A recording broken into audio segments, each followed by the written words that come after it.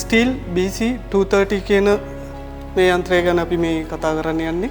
Steel පවුලේ තවත් හොඳ සමාජිකයෙක්. ගොවි මහත්තයාගේ තාම දිනාගත්ත බොහෝ වැඩ කටයුතු කරන්න පුළුවන්. තාම පාසුවෙන් අඩු ඉන්ධන ප්‍රමාණයකින් වැඩ කරන්න පුළුවන් හොඳ යන්ත්‍රයක්. මේ මැෂින් එක ගැන අපි ගත්තොත් එහෙම මේකත් මම ඔයගලන්ට තවත් දේවල් වලින් කතා කරා වගේම මෙතන cc 40.2 ඒ වගේම අශ්වබල 2.1 අඩු cc ප්‍රමාණයකින් වැඩි පවර් එකක් අපිට නිකුත් කරන මේ එන්ජින් එක. ඊට අමතරව තෙල් පෙට්‍රල් අපි ගත්තොත් මේක 2 ස්ටොක් එන්ජින් එකක්. මිලිලීටර් 810කින් පැයක් වැඩ කරන්න පුළුවන් හැකියාව මේ යන්ත්‍රයේ තියෙනවා.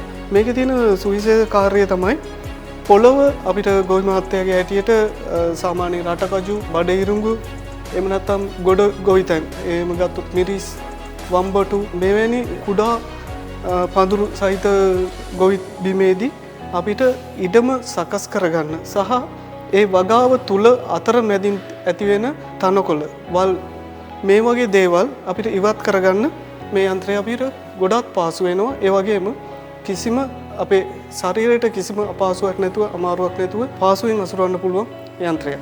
මේකෙන් අපි ගත්තොත් එහෙම මෙන්න මේ තල යුගල අපිට ඊටාම පාසුවෙන් ගලවා ඉවත් කරගන්න සහ මීට අමතරව වෙන ඇටැච්මන්ට් අපිට එහෙම නැත්නම් අමතර දෙයකට මේක පාවිච්චි කරන්න පුළුවන් හැකියාව තියෙනවා. කිසිම යතුරක් රහිතව අපිට මේක ගලවා ඉවත් කරගන්න සහ නැවත සවි කරගන්න හැකියාව තියෙන නිසා.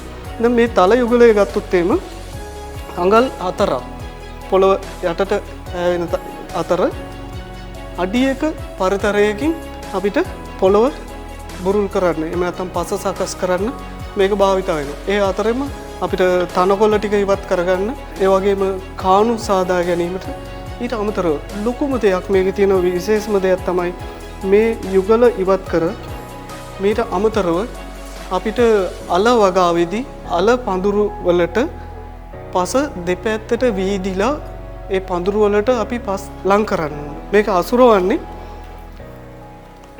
මේ ආකාරයට. මේකේ තියෙන ඊටාම සුවිශේෂී පාලනය කරන්න පුළුවන් ඇක්සලරේටර් එක සහ ස්විච් එක. මේක තමයි මේ යන්ත්‍රයේ තියෙන විශේෂ කාර්යය. ඒ වගේම ඇඟට කිසිම බරක් නැතුව මේ රෝද වලින් නිදහස් කර මේ ආකාරයෙන් තමයි මේ යන්ත්‍රය සුරවන්නේ.